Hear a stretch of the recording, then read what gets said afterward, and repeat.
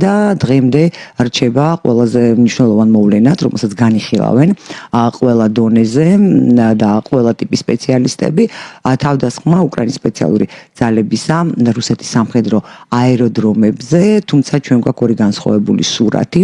უკრაინელები ბუნებრივად ცდილობენ, რომ რაც შეიძლება მაქსიმალურად წარმოაჩინონ ის ზარალი, რომელიც მიაყენეს რუსეთის ეგრეთ წოდებულ ბირთვულ ტრიადას, ხოლო რუსული მხარე პირიქით ამბობს, რომ ზარალი არის მინიმალური და არც ერთი ვთქვათ ეს თვითმფრინავი სტრატეგიული დანიშნულების ავიაციის არც ერთი ერთეული არ განადგურებულა და ისინი მხოლოდ და მხოლოდ დაზიანდნენ. ბუნებრივად საბოლოოდ ჩვენ ვერ შევიტყობთ რა ტიპის ზარალი განიცადა რუსეთის ფედერაციამ და ვერც იმას საჯაროდ ეს ინფორმაცია არ იქნება ხელმისაწვდომი თუ ვინ დაგეგმა ეს ოპერაცია, თუმცა სპეციალისტები, მათ შორის დასავლელი სპეციალისტებიც ამბობენ, რომ ამერიკის შეერთებული შტატებისა და დიდი ბრიტანეთის სადაზვერო სამსახურების დახმარების გარეშე ეს ოპერაცია ვერ ჩატარდებოდა, ხოლო რადგან ის ძალიან დიდი ხნის განმავლობაში მზადდებოდა და ტექნიკურ შესრულებასაც ეტყობა ამ ოპერაციის მომზადების წინა პერიოდის ხანგრძლივობა, შესაძლოა რომ დონალდ ტრამპმა ეს არც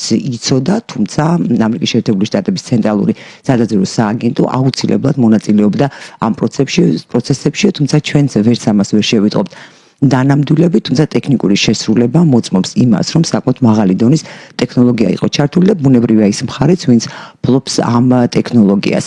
ასევე საინტერესოა, რომ ამას განიხილავენ არა მხოლოდ ალიყურად რუსეთისადმი, თუმცა არის ესეთი გამონათქვამი მოგეხსენებათ, რომ იცინის ის, ვინც ბოლოს იცინისო, ანუ საბოლოოდ ეს რა შედეგს მოიტანს, ეს არის მნიშვნელოვანი და რა ის დაპირისპირების პროცესში რა ხდება, რომ ეს იყო ბუნტი და ამბოხი ასევე დონალდ ტრამპის წინააღმდეგაც. დღეს ჩვენი გადაცემის პირველი ნაწილის სტუმარი გახლავთ ანალიტიკოსი დავით ზარდიაშვილი. ბატონო დავით, დიდი მადლობა რომ ამონახეთ დრო და მოხვედით ჩემთან და სწორედ ამაზე მინდა გავამახვილო ყურადღება. ეს იყო შეიძლება შეფასდეს როგორც დაპირისპირება ბუნებრივია რუსეთისადმი და უშუალოდ დონალდ ტრამპისადმი ეს შიდა ამბოხი, რა შეიძლება ეს უკავშირდებოდეს, რა შედეგი შეიძლება მოიტანოს და კიდე საინტერესოა რომ გარდა იმისა რომ ტრამპი ესაუბრა პუტინს საათზე მეტი ხნის განმავლობაში და კმაყოფილი იყო ამ საუბრით, ის ამავე პერიოდში ზუსტად ამ თავდასხმის შემდეგ ესაუბრა სი ძინპინსაც და ასევე თქვა რომ ასევე რაღაც 1 საათიანი თუ საათზე მეტი ხნის განმავლობაში ასევე თქვა რომ ეს საუბარი იყო ძალიან ესეთი კონსტრუქციული, ყოველ შემთხვევაში ის კმაყოფილი არის ამ საუბრით და თქვა რომ ამერიკის შეერთებული შტატებისა და ჩინეთის დელეგაციები შეხვდებიან და დაიწყებენ თანამშრომლობას და ამ დროს საუდის არაბეთშიც მე მგონი ისე მიმდინარეობს არა რუსეთისა და ამერიკის შეერთებული შტატების დელეგაციების შორის და ძალიან საინტერესო ფონია და ეს ამბოხების საკითხი მაინტერესებს. იყო ეს ამბოხი ტრამპის წინააღმდეგაც? დიახ, ახლა ზოგადად სულად ჯერ პირველ რიგში მივესალმები აუდიტორიას და მადლობა მოწვევისთვის კიდევ ერთხელ და თუ შევხედავთ ამ ვითარებას ცოტა უფრო შორიდან, ვთქვათ, მთლიან კონტექსტში არა, რაც ხდება მსოფლიოში 2022 წლის თებერვლიდან. უნდა ვთქვათ, რომ ეს არის მდგომარეობა, რასაც ექსპერტები ახასიათებენ, ბევრი ექსპერტია ასეთი, როგორც დიფუზურ ომს, ეგრეთ წოდებულ დიფუზურ ომს. ეს ტერმინი პირველად გამოყენებული იქნა 2014 წელს, აი სწორედ მაშინ, როცა მოხდა ყირიმის ანექსია და ეს საკვირველი აღიქმებოდა როგორც ეგრეთ წოდებული მეოთხე თაობის ომი. ამაზე ბევრი ლაპარაკობს, ნუ შეიძლება რამდენიმე მიუთითოთ, მაგალითად არის ამერიკელი მკვლევარი ესეთი უილიამ ლინდი, რომელიც 2016 წელს გამოსცა ესეთი მხატვრული ნაწარმოების ფორმით, სწორედ ამ ომების შესახებ საკმაოდ სერიოზული ნაშრომი და საკითხად შორის ეს იყო ნაშრომი, რომელსაც ფსევდონიმად შეკი ავტორი თავის გვარს ამასახელებს, ავტორთა კოლექტივის დაწერილია, მაგრამ გამოქვეყნდა ტომას ჰობსის, აი ცნობილი ტომას ჰობსი, რომელიც არის ერთ-ერთი ფუძემდებლური შრომების ავტორი, რაც თანამედროვე სამყაროს ლიბერალის განმანათლებლობის ეპოქიდან მოდერნის ეპოქას უდევს საფუძვლად. და ძალიან მნიშვნელოვანია, რომ ესე დახასიათდა ეს ომი, როგორც ომი ყველას წინააღმდეგ. ანუ ეს არის მდგომარეობა, და როცა ეგრეთ წოდებული წესებზე დამყარებული საერთაშორისო წესრიგი განადგურებულია, ომში მონაწილეობს და ჩართული არის მრავალი მხარე. ამაზე საუბრობს მაგალითად იგივე რუსი პერ ტექნოლოგი საკუთარ თავს ის უწოდებს სრულად რუსეთის პერ ტექნოლოგს, ძალიან ცნობილი კაცია, ვლადისლავ სურკოვი არის ასეთი.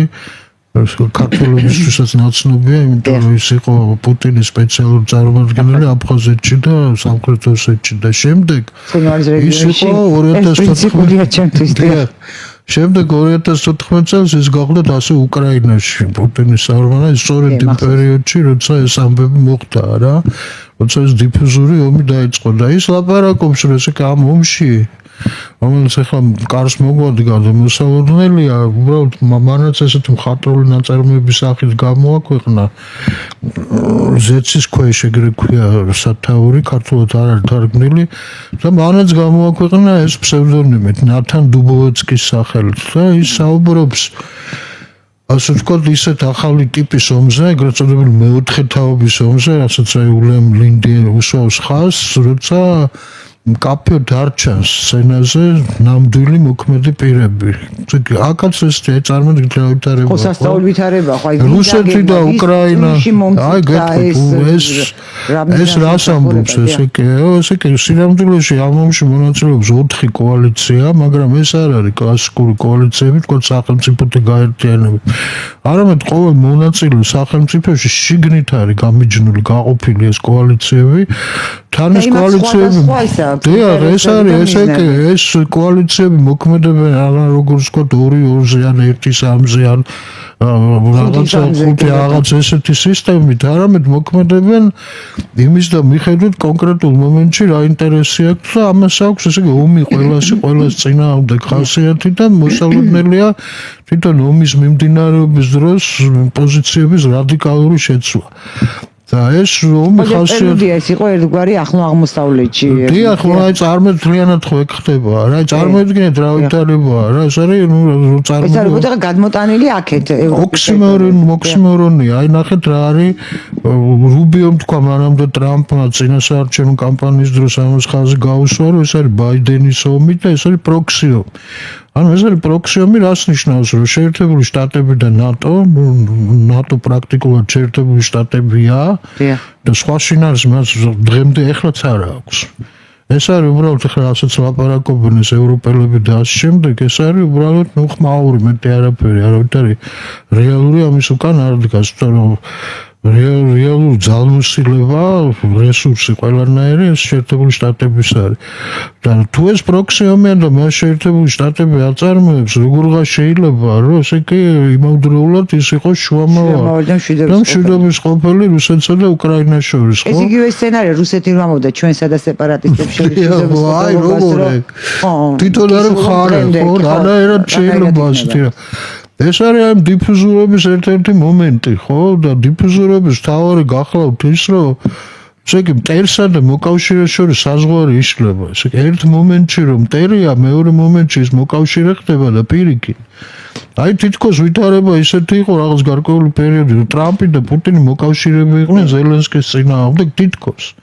მაგრამ ესეც აი ზედაპირული სურათია. სინამდვილეში რა ხდება? ეს არის ძალიან რთული და დამყარებული არის აი კონკრეტულად აი ინსაიდერულ ინფორმაციებზე, რომ იქ როცა გადაწყვეტილებები მიიღება, რას ეყრდნობა ეს გადაწყვეტილებები, რაც ჩვენ არ ვიცით.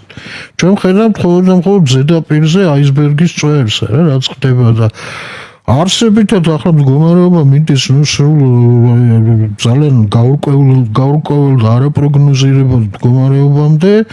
თუნდაც იქიდან გამომდინარე, რომ მაგალითად მასკი დაუპირისპირდა ტრამპს. და მათ შორის ამ თემაზე ვილაპარაკოთ ჩვენ მეორე სტუმართან, დიახ. მათ შორის არის, რა ვიცი, რეალურად არის უკვე ღია კონფლიქტია რა. ისეთ დონეზე, რომ არ ერიდებიან პირადი შეურაცხყოფის მიყენებას და ამ დროს ეს ერთი გუნდი იყო, ხო, ეგრე ჩანდა.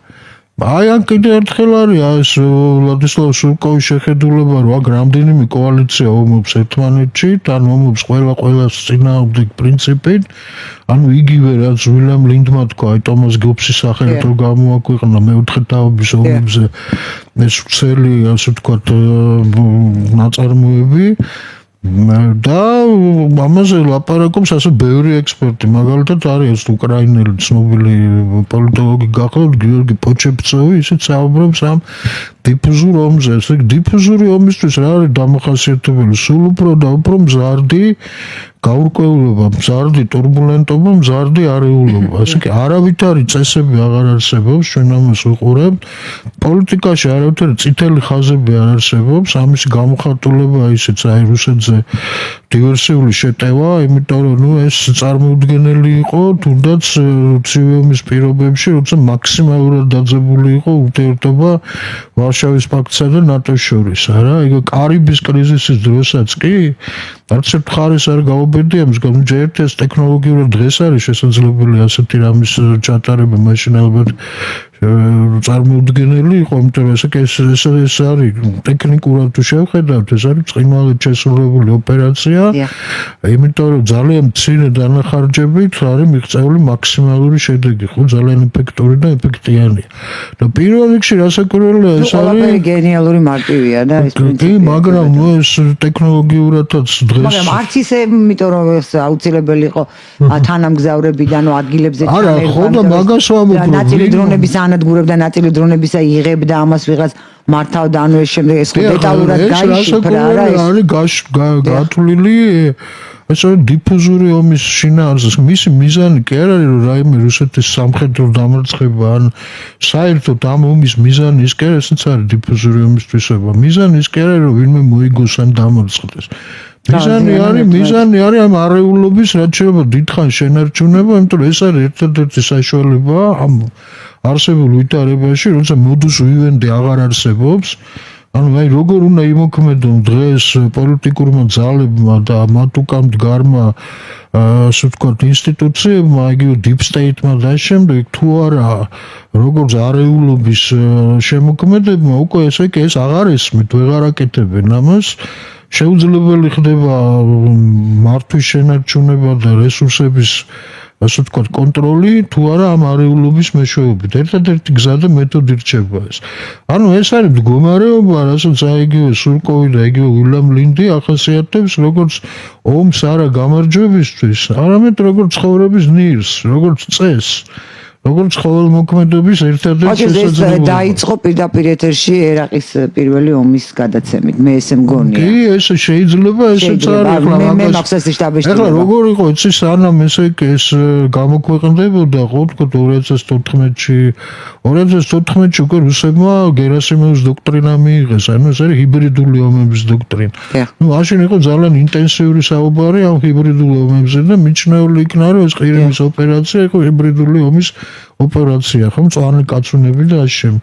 სინამდვილეში აი ეს ცოტა წინ უნდა გაგვეხედა, როგორც ჩანს, იმიტომ რომ ყურადღება მიგვექცია აი ამ რუსეთის მთავარი პოლიტექნოლოგისთვის, ასევე ამ ამერიკული ნაშრომებისთვის და უნდა მიგვექცია ყურადღება იმისთვის, რომ ესე იგი მოდის არნახული არეულობა, არნახული დიფუზია, როცა კიდევ ერთხელ ვიმეორებ ურთიერთობების პოლიტიკურ ძალებს შორის ურთიერთობების ერთადერთი წესი არის ომი და ომი არა გამარჯვებისთვის, არამედ იმისთვის, რომ სხვანაირად უბრალოდ ესე იგი შეუძლებელი არის ცხოველმოქმედება. ანუ ენტროპია ხდება წყარო, ესე იგი იმისა, რომ მიწოცხლო რა, უბრალოდ გადარჩე ამ ვითარებაში და ეს რასაკვირველია არის ძალიან საშიში პროცესი.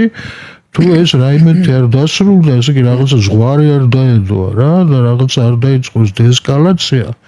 რასაკვირველია ეს შექმნის ძალიან არაპროგნოზირებადი ვითარება, ისედაც არის შექმნილი. წესები უკვე აღარ არსებობს, ყველაფერი შესაძლებელია, ყველაფერი დასაშვებია.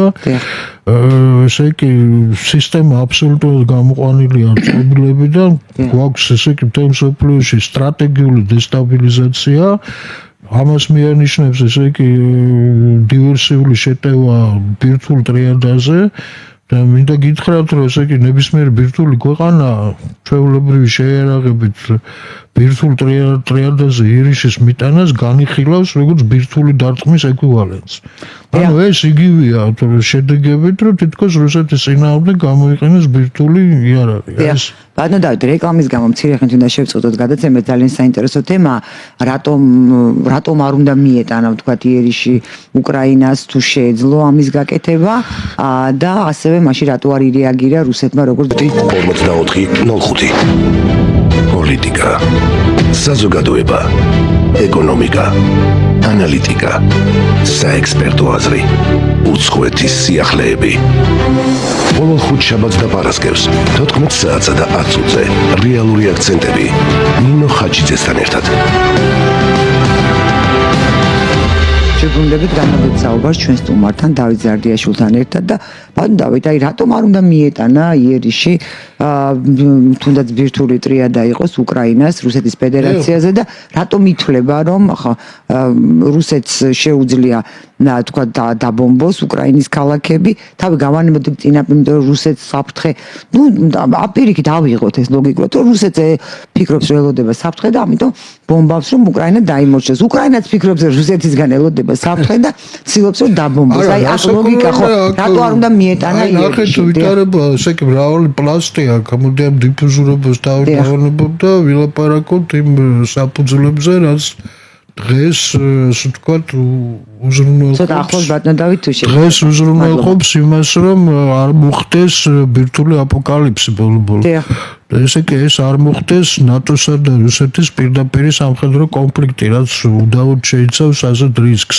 რა ბირთვული პირდაპირ ბირთვული დარტყმების გაცვლის რისკს ამიტომ არსებობს შეთანხმება რომელიც ჯერ კიდევ საბჭოთა კავშირის დროს არის დადებული ეს არის სტრატეგიული შეტევითი შეიარაღების შეზღუდვის შესახებ რა რუსული აბრევიატურით OSV და ეგრე ქვია ხო OSV 1 OSV 2 OSV 3 და ამ ასე ვთქვათ ხელშეკრულების ძალით უბრალოდ შეტევა ნებისმიერი შეტევა ეს დივერსიული იქნება კონვენციური იარაღით იქნება ბირთვული იარაღით იქნება თუ როგორი იქნება აი ამ სტრატეგიულ ტრიადაზე მხარეებს მიერ არის აკრძალული და ეს ამ მხარეებში არაბირთვული სახელმწიფოები არა ასაკურველი არა მაგრამ ახლა წარმოიდგინეთ ვითარება არის ასეთი რომ დომინანტები არიან ეს ბირთვული სუპერსახელმწიფოები და აქ იგულისხმება ეს ჯერ კიდე საბჭოთა კავშირის დროიდან ორი სუპერძალა ხო სუპერსახელმწიფო ეს არის შეერთებული შტატები და ეს არის რუსეთი მაშინ არც კი წარმოიდგინებოდა ეს უბრალოდ წარმოუდგენელი იყო რომ რომელიმე ქვეყანა ასეთი მასშტაბის კონფლიქტში შევიდოდა რომელიმე ბირთვულ ეს სუპერსახელმწიფოსთან იმიტომ რომ ეს არის ძალიან ელემენტარული რამ ეს არის აქსიომა ხო ნებისმიერი ასე ვთქვათ განხილვის დროს თუ ჩვენ ვჩებით ამ კლასიკური ომების პარადიგმაში არა რომ ბირთვულ სახელმწიფოსთან ომი ეს არის წარმოუდგენელი შეუძლებელია ეს გამორიცხულია რომ ვინმე ჩვეულებრივ სახელმწიფო ბირთვული სახელმწიფო კონვენციურ ომში დაამარცხოს რატომ იმიტომ რომ არსებობს ეს ბირთვული შეკავება და ეს ჯერ კიდევ სუნძე ამბობდა ხო ომის პირველი თეორეტიკოსი არა ძველი ბერძენი ძველი ჩინელი ბრძენი რომ პირველი კანონია ეს რომ როცა ხედავ რომ მოწინააღმდეგე შენზე ძლიერია არავითარ შემთხვევაში არ დაიწყო ომი ეცადე რომ ჩვენ მივყვებით სუნძის შეგონებას ან ეცადე რომ არ გაერიდო დაემალო ან მოელაპარაკო დაელოდე მდგომარეობას როცა ის დასუსტდება შენ გაძლიერდები და დაინახავ რომ შეგიძლია ესე იგი თუ შენ წინასწარ იცი რომ გამწირულია ეს დამარცხებისთვის და განადგურებისთვის ნუ პირველ კანონია სანამ სხვა არაჯობს გაცლაჯოს ეს ხო წარმოიდგინე აი ნახეთ ესე იგი თუ რუსეთი ან რომელიმე თუ გინდა შეერთებული შტატები თუ გინდა ნებისმიერ ბირთვული სახელმწიფო ისაც შეუძლია ბირთვული იარაღის გამოყენება რა ეს იმამაშია ბირთვული შეკავების აზრი თუ რომელიმე ასეთი სახელმწიფო დადგა მარცხის წინაშე აქ არ იგულისხმება ეგზისტენციური საფრთხე მაგალ ტერიტორია დაკარგა, შეიძლება აღიქვა როგორც თქვა მისი რეპუტაციისთვის მიუღებელი ზიანია რა, თქვა ამ შემთხვევაში ახლა რუსეთს იმდენად სამხედრო ზარალი კი არ მოსვლია, რამდენადაც ეს არის პოლიტიკური კაპიტალის ნგრევა, გაკოტრება, ხო, რომ ესე იგი დაუშვა. მაგრამ ძალიან ისე მოიქცა. თავშეკავებულად ეს განვიხილო ეს ამაზე პაუზა თუ ჩამოვარდა შეეცადა პირველ მადარღვიო და პრინციპში ასეც მოიქცა კი ბატონო. ეს ნახოთ მე ეს რაშილის გამო. ამიტომ ეს რა თქმა უნდა ეს არის სტრატეგიული დესტაბილიზაცია, იმიტომ რომ ეს არის პრეცედენტი, როცა ესე იგი მსოფლიო უშვებს ამას და ამის შემდეგ ახლა აღარ არის გამორიცხული არაფერი, იმიტომ რომ რახან რუსეთის წინააღმდეგ განხორციელდა ასეთი შეტევა რა, მსოფლიოში არის უამრავი ძალა, მათ შორის ტერორისტული ძალაც, რომელიც ამას გამოიყენებს. ეს არის ძალიან ხელმისაწვდომი ტექნოლოგია, თუ რასაკვირველი ამის უკან დგას სერიოზული სადაზვერვო სამსახური, არა? სერიოზული სადაზვერვო სამსახური ყველა ტერორისტული ორგანიზაცია უკან დგას სამსახური. ეგ ერთი, მაგრამ ნუ გააჩნია რა მასშტაბით იყენებს ამ ტერორისტულ ორგანიზაციას, არა? თუ საბოლოო ჯამში შევხედავთ, ნუ არსებობს ახლა ესე იგი როგორიც არის სამხედრო ქვეყნების ასე ვთქვათ ბალანსი, ამ სამხედრო ზემძლავრი სახელმწიფო ისეთივე არის ამ სპეცსამსახურების ბალანსიც, არა დაახლოებით. თუმცა ამ ბოლო დროს აშკარად ჩანს, რომ ეს ხუთი თვალი ანუ ეს თავარი სპეცსამსახურების თავარი და ყველაზე მძლავრი ასე ვთქვათ კონგლომერატი არა, რომელიც აერთიანებს ამ ანგლო-საქსონურ ქვეყნებს, არა, ეს ხუთი ქვეყანაა, რომელიც საერთო სადაზვერვო სისტემას ქმნის. ეს არის შეერთებული შტატები, ეს არის კანადა, ეს არის დიდი ბრიტანეთი, ეს არის ავსტრალია და ეს არის ახალი ზელანდია. ეს ხუთი ქვეყანა არის, რომელთაც აქვს საერთო სისტემა, დაზვერვის სისტემა და მათ შორის არის ასეთი შეთანხმება, რომ ესე იგი სადაზვერვო მონაცემები, რომელიც ერთ-ერთს აქვს, ესე იგი ყველას აქვს. დაახლოებით ასე მოქმედება. ნუ რასაკვირველია ამ ოპერაციის დაგეგმაში, რაც კიდე ერთხელ ვიმეორებ, ეს გახლავთ სტრატეგიული დესტაბილიზაცია. ანუ ეს არის მდგომარეობა, რომელიც ახალ გამოწვევებს ქმნისა რა. ესე იგი ეს არის ეჭქვეშ დაყენება ბირთვული შეკავების მთელი ასე ვთქვათ პარადიგმის. და ფაქტია რომ ეს ეჭქვეშ დააყენა, სხვაჩის იქ იყო ლაპარაკი რომ აი ეს როდესაც ამერიკის შეერთებული შტატებისა და აი მე კიდევ რა არ მეც ბევრი ინფორმაციას ვეცნობი, ვცდილობ რომ მივიღო და შემდეგ რაც საერთო აი მათ შორის დიდი ალბათობით ის არის ალბათ სიმართლე და სხვადასხვა მხარეს სხვადასხვანაირად ყვება ამ ამბავს და ინტერპრეტაციას უკეთეს ბუნებრივია. ესე იგი ამერიკის შეერთებული შტატებისა და დიდი ბრიტანეთის სადაზვერვო სამსახურების გარეშე ეს არ მოხდებოდა და აქ არის საინტერესო მომენტი, რომ ამ სადაზვერვო სამსახურების თან ისინი არ არიან ვალდებულები პოლიტიკოსები ჩააყენონ საქმის კურსშიო.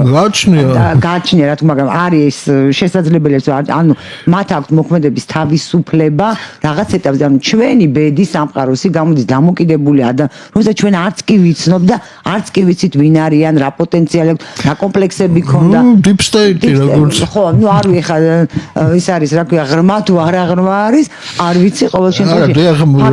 ჩვენ წარმოდგენა არ გვაქვს ვინ მართავს ამ პროცესს და უდიდესი ალბათობით კი არა, ალბათ 99%-იანი ალბათობით ჩვენ ვერც ვერაზროს ვერ გავიგებთ ვინ მართავს სამყაროს. აი მე ყველაზე მეტად ეს მენიშნა ცუდად ამ სიტუაციაში. დიახ, მართალი ბრძანდებით ეს არის უდიდესი რისკი და ესეც აი დიფუზიურობის მაჩვენებელია. ხო, სინამდვილეში ვინ არიან ეს კოალიციები, რომლებიც ერთმანეთში აწარმოებენ ომს ყველას წინააღმდეგ და მათ შორის ისიც ვიცით ახლა ჩვენ რომ მიუხედავად იმისა რომ ერთ სისტემაში არიან მიექსი და ცენტრალური სადაზვერვო სამმართველო საკმაოდ დაპირისპირებულები არიან ერთმანეთს ისევე როგორც ნამდვილ უკრაინაში არა ერთმანეთის მიმართ დაპირისპირებულები არიან SBU ეგრეთ წოდება ესე კი უსაფრთხოების სამსახური და ბუდანოვის უწყება ეგრეთ წოდებული საგარეო დაზვერვა რა ერთმანეთთან შიგნით რაღაც შიგნით ხო ესეა მაგრამ ეხლა როცა ესე კი აი ეს ამ ესეთი გაუგონარი არეულობის სახეს იღებს ეს საერთაშორისო ურთიერთობები არამის განსაკუთრებული ნიშნულობა ენიჭება რა ნუ შემთხვევით არ არის ეს ოპერაცია ბუდანოვსკი არ მიაწერეს არამედ ერმაკის ხელმძღვანელობით მოქმედ ასე ვთქვათ უკრაინის უსაფრთხოების სამსახურს არა საგარეო დაზვერვას აქამდე ბუდანოვი იყო რა მთავარი ასე ვთქვათ დივერსანტი არა რომელიც რუსეთის წინააღმდეგ ამ აქციებს ახორციელებდა ნიშნულოვანი აქ არის ეს ყამა ყველაფერმა გაზარდა რასაკვირველი ესკალაციის ხარისხი და არეულობის ხარისხია რა ესე იგი თუ ლაპარაკობდით აქამდე რომ რაღაცა პროცესი განსაკუთრებით ამ ტრამპის გაპრეზიდენტების მერე თითქოს გვირაბის ბოლოს რაღაცა სინათლე გამოჩნდა და შეიძლება დეესკალაცია დაიწყოს და ნელ-ნელა ეს უბედურება გაჩერდეს რაც დღეს უკრაინაში ხდება ნუ დღეს უკვე ამისი ესე კარგად დავინახეთ რომ ეს ჩამოიშალა ეს თქვა ტრამპის მშვიდობის ყოფილობის ნობელის პრემიას ის ვეღარ მშვიდობა ეს აშკარა არის და თან ვითარდება ესე კი ისეთნაირად ვითარდება რომ უკვე არის მოგეხსენებათ ლენცი გრემის მიერ ინიცირებული შეერთებული შტატების სენატში საკმაოდ სერიოზული სანქციები რუსეთის მიმართ რაც ითვალისწინებს გეცოდოთ მეორად სანქციებს ესე კი იმ ქვეყნების მიმართ ვინც რუსეთთან აგრძელებს სავაჭრო ურთიერთობებს და როგორც ეხლა არის ცნობილი და აცხადებენ ამის თაობაზე მას საკმაოდ სერიოზული მხარდაჭერა აქვს სენატში კი რაღაც 80 სენატორი უჭერს ამას მხარს თუ ეს მოხდა ესე კი მიიღეს არა ტრამპს უკიდურესად ეზღუდება ყოველგვარი მანევრის საშუალება არა ჯერ ერთი ეს როცა ესე კი რუსეთის ბირთვულ ტრიადაზე მოხდა თავდასხმა რუსეთი იძულებულია რომ ამას უპასუხოს არავითარი სხვა საშუალება არ არის რომ ეს პასუხის გარეშე დატოვოს უნდა უპასუხოს საკმაოდ ეფექტიანად და ეფექტურად უბრალოდ თანაზომადი უნდა იყოს ეს პასუხი იმისა რაც პოლიტიკური კაპიტალიზმი ესე იგი ეს ზიანი უწინარეს ყოვლისა არის რასაკვირველია დაკავშირებული ამ საინფორმაციო ომში დიდი უპირატესობის მოპოვებასთან უკრაინის მიერ რა ესე იგი როცა მან აჩვენა რომ რუსეთი დაუცველია მისი ესე თქვა ყველაზე უფრო დაცული სისტემები რაც შეიძლება რომ იყოს ეს რასაკვირველი არის სტრატეგიული ძალები ისიც კი დაუცველი მართლაც საოცარია არა ეს ახლა დაუცველი ახლა საბოლოო ჯამში ახლა თუ წარმოვიდგენთ პენტაგონში 2001 წლის 11 სექტემბერში ეს გამახსენდა ხო ეს ესე კი ასეთი ტერორისტული შეტევებისგან არავინ არ არის დაცული უბრალოდ ესე კი ტექნოლოგიურად შესაძლებელი ხდება მაგრამ ამას უნდა რასაკვირველია მხარდაჭერა აი ამ დიდი სპეცსამსახურების მიერ ეს სულად წარმოუდგენელია უკრაინას ეს დამოუკიდებლად განახორციელებინა აქ ну ამ პირდაპირ მიუთითებენ რომ მიექვსი ანუ ბრიტანული დაზვერვა ამაში უშუალოდ იყო ჩართული და ალბათ იყენებდნენ ცენტრალურ სადაზვერვო სამმართველოს ინფორმაციებსაც არა ეს მით უფრო გასაოცარია იმიტომ რომ დღეს ამერიკის დაზვერვას ხელმძღვანელობს აი პოლიტიკოსებზე რახან ჩამოვარდა კითხვა ტუსი გაბარდი არა რომელიც არის როგორც ვერ აკონტროლებს ბოლომდე. ხო, ნუ მაშინ ესე იგი მივდივარ მდგომარეობამდე, როცა ესე იგი ამ დიფუზიურ ომში არის მხარეები, რომელიც აბსოლუტურად უხილავია, არ ჩანს ვინ არიან, რა არიან და მოქმედებენ ისე, რომ შედეგს მხოლოდ და მხოლოდ მას შემდეგ ვიგებთ, რაც ეს შედეგი დადგება. და წინასწარ არაფერს გაკეთება არ შეიძლება. ახლა აქ ორი რამე არის, ხო, ესე იგი თუ ტრამპმა ეს მართლაც არ იცოდა ეს ვაია, თუ იცოდა კიდე უია და ესე კი ეს კიდე ამ დიფუზია ზრდის. და ბუნებრივია ამის შემდეგ ახლა ტრამპის მანევრი არის ძალიან შეზღუდული.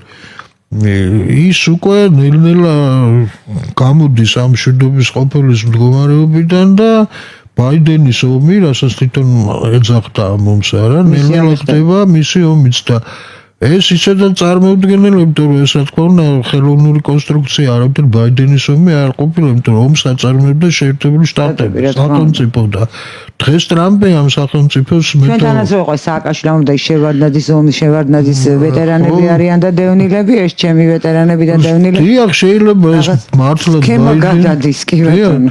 ეს შეიძლება მართლაც ბაიდენის ომია, მაგრამ უბედურება ის არის, რომ ეს შეერთებული შტატების ომიც არის და როგორ უნდა გამოვიდეს აქედან შეერთებული შტატები, მე არ ვიცი. არის ერთადერთი საშუალება, ხო, ლოგიკურად რომ წარმოვიდგინოთ.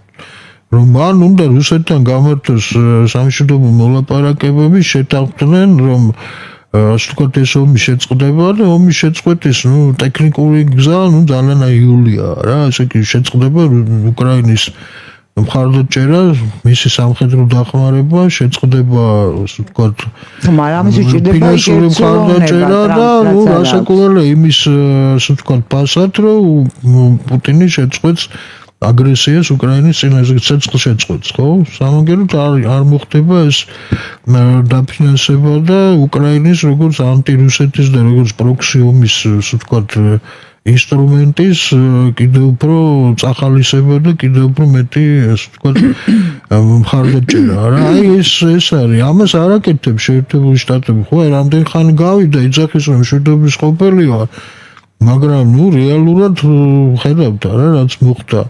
რეალურად მოხდა ის, რომ ესკალაცია გადავიდა ახალ საფეხურზე. აი ბატონ დავით, ეს მინდა და მეკითხა, თქვენ ბძანეთ, რომ ეს წითელი ხაზია, ალბათ წითელ ხაზზე მეტიც არის, რომ აი ამ ბირთვულ პოტენციალზე და ბირთვულ სახელმწიფოზე თავდასხმა მოკეთ ეს არ შეიძლება. გასაგებია, რომ გარისკვის მხრივაც უკრაინას მე არ ვაკნინებ უკრაინას, მაგრამ ობიექტივად ხო უნდა შევხედოთ მოვლენებს.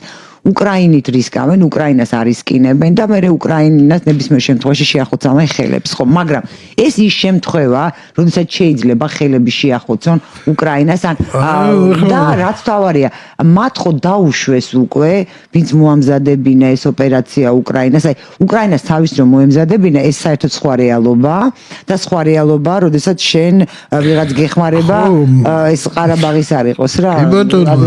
დაიბრუნა და თურქეთი რო არ ყოფილიყო რას დაიბრუნება აი ეს არის ესე იგი აი მათ რატო დაუშვეს მე მესმის რომ ეს პროქსი ომის დამახასიათებელი მაგრამ ეს თამაშის წესი ხო დაირღვა გამიზნულად და რატომ იმიტომ რომ ცდიან თქვათ აქვს თუ არა რუსეთს შნო ისროლო ჯერჯერობით ერთადერთ სახელმწიფოს ჰქონდა შნო თუ ამას შნო ქვია ესროლა ბირთვული ბომბი ეს ამერიკის შეერთებული შტატები და ახლა იაპონია მე მესმის მაგრამ ყოველ შემთხვევაში ფაქტი შეიძლება აი ამას აიძულებენ რომ ისროლოს ბომბი თუ პირიქით აჩვენებენ რომ ვერ ისვრის თუ აი მიზანი ამ შემთხვევაში ჩემთვის არის რო ისროლოს არა ეს დიახ გასაგებია ეს ყველაფერი რო ისროლოს ნუ ეს მესმის რომ აი გაგიჟდა ერთ დღეს და დაბომბა ევროპის მე შეიძლება კი ბატონო ისინი ააშენებენ დიახ მესმის ეს ყველაფერი მაგრამ აი ნახეთ ეს არის რასაკურველია რომ შევხედოთ ეს პროქსი ომის ლოგიკა ეს არის რასაც ვერ ბედავს თქვა ამ შემთხვევაში ნატო და შეერთებული შტატები ესე იგი ვერ ბედავს იმას ნაბედინებენ უკრაინას უშუალოდ ჩაერთოს რუსეთთან სამხედრო კონფლიქტში და ამათ შორის არსებობს გარკვეული ესე იგი ომის წარმოების თავობაზეც კი არსებობს მათ შორის შეთანხმება პროქსი ომების წარმოების თავობაზე აი როცა ეს ვიეტნამის კონფლიქტი იყო, ნუ ბევრი კონფლიქტი. ეს ხარებს შორისთან რუსეთსა და შეთანხმება არის. რასაკურველია ის გაკეთება შეიძლება რა არის დასაშვები აქ და რა არის დაუშვები. ჩერო დამოუკიდებლობის ბრძოლა გქონია, გოგონია არა? ხო. არსებობს მუდმივი ხაზი, კომუნიკაციის მუდმივი ხაზი შეერთებული შტატების, ასე ვთქვათ, პასუხისმგებელ პირებს შორის, მათ შორის სპეცსამსახურებს შორის და ესე იგი ის ვითარება, როცა ესე იგი შეიძლება ეს განსაკუთრებით აქტუალური გახდა კარიბის კრიზისის შემდეგ რა, ეს მუდმივი ხაზი უკვე სისტემურად არსებობს და როგორც კი რაღაც ესეთი კრიზისი შეიქმნება, როგორც არის მაგალითად თუნდაც ეს პრეცედენტია რა, ბირთვულ ტრიადაზე დივერსიული შეტევა რა. რასაკურველია პირველ პირები უშუალოდ ერთმანეთს ელაპარაკებიან რომ მდგომარეობა არ მიიღოს შეუქცევად ესკალაციის ხასიათი და ეს არ დასრულდეს კატასტროფით არა და ცხადია რომ ესე იგი აქ ამ დანის პირზე დადიან მხარეები რაღაცა ესე იგი წითელი საზღვარი წითელი ხაზი თითქოს გადალახულია იმიტომ რომ მოხდა უპრეცედენტო რამ მაგრამ არსებობს კიდე როგორც ჩანს რესურსი, რომელიც ასე ვთქვათ, ამ კატასტროფამდე გვაშორებს, ესე იგი. არსებობს მაინც ფიქრობ? არსებობს, რასაკურველია, იმიტომ რომ ეს პუტინისა და ტრამპის პირდაპირ დიალოგი ამ ინციდენტის მეორე დღესვე შედგა რა და იქ რა თქმა უნდა საუბარი სწორედ ამას შეეხებოდა, რომ როგორი იქნება რუსეთის პასუხი და ხო არ იქნება ეს იმდენად კატასტროფული, რაც წაგვიყვანს ძალიან ცუდი მიმართულებით, არა და როგორც ჩანს გარკვეული შეთანხმება ამ თვალსაზრისით შედგა, უბრალოდ რაღაცა გარკვეული კონტურები რა ფარგლებში. ანუ გარანტია მიიღო რომ ბირთვული არა რუსეთი არის. ხო, როგორც ჩანს. ეს დააზუსტა ტრამპმა. როგორც მე ესე მგონია, როგორც ჩანს რაღაცა გარკვეული ფარგლები ამ პასუხისა გამოიკვეთა და ბუნებრივია არ უნდა ველოდოთ რომ ესე იგი ეს ესკალაცია გაცდება კონტროლს გარეთ გავა და გაცდება უკრაინის ფარგლებს და ბირთვული არაღამდი არ მივა. მაგრამ აი ნახეთ რაშია საქმე ეს არის ძალიან მყიფე მდგომარეობა და ნებისმიერ დროს შეიძლება დაირღოს. უკრაინას გადარჩენა კიდევ რა ოპერაციებია მოზადებული. როცა საუბრობ დიფუზურ ომზე კიდევ ერთხელ ვიმეორებ უკრაინა არის ბრძვის გამარჯვებისთვის. ის მსხვერპლს გაიღებს მხოლოდ და მხოლოდ იმისათვის რომ აი დღევანდელი ასე ვთქვათ მართლობა რაც არის უკრაინაში არა რაც შეიძლება ესე იგი სიცოცხლის უნარიანი იყოს ესე იგი ზელენსკის გამო მარტო ზელენსკი არ არის აქ არის მთელი ვთქვათ სისტემა ზელენსკი და მისი რომელსაც აი ზელენსკი წარმოადგენს აქ არის რაღაც გარკვეული სისტემა რომელსაც ყველაზე მეტი შესაძლებლობა აქვს უკრაინის ტერიტორია აკონტროლოს ხელისუფლებაში იყოს მას რეალური კონკურენტი არც ყავს უკრაინაში ამჟამად ასეთი მდგომარეობაა და ვის მოუნდება ახლა უკრაინის პირველი პიროვნება და ეს კი ის რომ აი მაგალითად იგი რომ კაფეოთ გამოვთქვა ის თქოს მინდა ასე კი იგივე ვლადისლავ სურკოვს დავესესხები რომ ბევრი არის შთაგონებული გერმანიისა და საფრანგეთის მაგალითებით მეორე მსოფლიო ომში.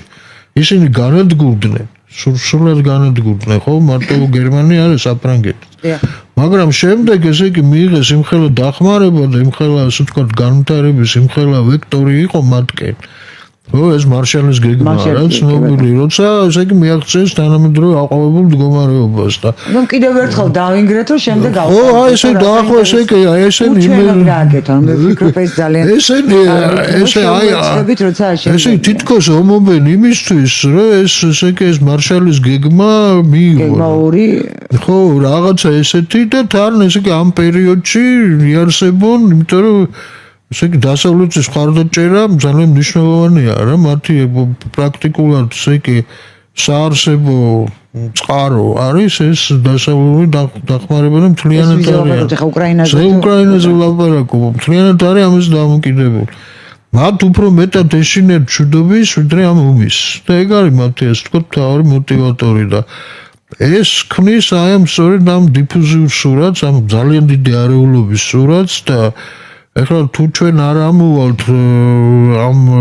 მოქმედი აქტორების ინტერესებიდან, არამედ საზოგადოდ შევხედავთ მთელ საკაცობრიობო ინტერესს რა, ესე იგი რასაკვირველია ჩვენი ინტერესი არის რომ ეს ომი რაც შეიძლება დროულად შეჩერდეს და შეწყდეს, იმიტომ რომ ეს ჩვენ საქართველოებისას ქართველი კაცები ლაპარაკობ ზოგადად ადამიანის და ადამიანურობის სახელით რა მთლიანობაში ეს უნდა გაჩერდეს იმიტომ რომ არის ძალიან საშიში ეს არის მდგომარეობა როცა ესე იგი ვითარება ძალიან წააგავს ეგრეთ წოდებული შავი ხვრელის ფიზიკას ესე იგი როცა ეს ესკალაცია იზრდება და პრაქტიკულად ეს სინგულარობა ახლოვდება, ანუ განუზღვრელობა, მდგომარეობა ხდება განუზღვრელი, არსებობს რაღაცა მოვლენათა ჰორიზონტი, რომლის იქით მოხდება ისეთ ველში, მისდულობის ისეთ ველში, საიდანაც უკან დაბრუნება შეუძლებელია და ხდება ესეთი მდგომარეობა უსასრულოდ მიახლოება აი ამ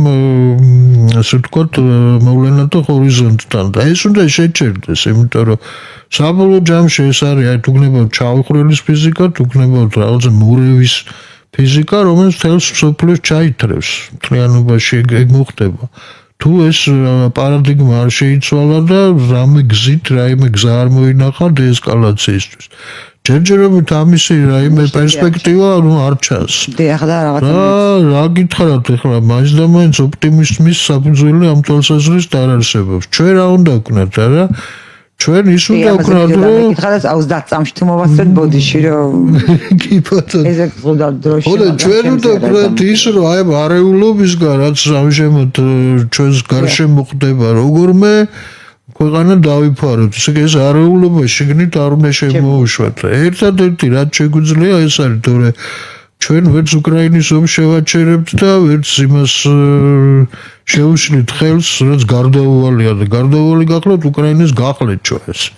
ეს არის სრულად გარდავალი რამე, სულ ცოტა უკრაინას გახლეჩვა, თუ ამას არ მოყვა კიდე აი უბედურება, რასაც ქვია ეს მორევის ეფექტი, ანგლებოდ ჩავიხრელის ეფექტი, როცა უკრაინას შეუძლია, მას აქვს ეს პოტენციალი, ამ კონფლიქტს აქვს პოტენციალი, რომ მთელი დედამიწა შთანთქას. კი ბატონო აქვს. აი ეს არის. თუ დედამიწა მას დაიმსახურებს ეს კონფლიქტი მას შთანთქავს, თუ არ დაიმსახურებენ შთანთქავს, რა თქმა უნდა, ძალიან დიდი მადლობა სამწუხაროდ ჩვენი გადაცემის პირველი ნაწილის დრო ამოიწურა, ჩვენ რეკლამის გამო მცირე ხით ვემშვიდობებით ერთმანეთს და დაგიბრუნდებით მეორე სტუმართან.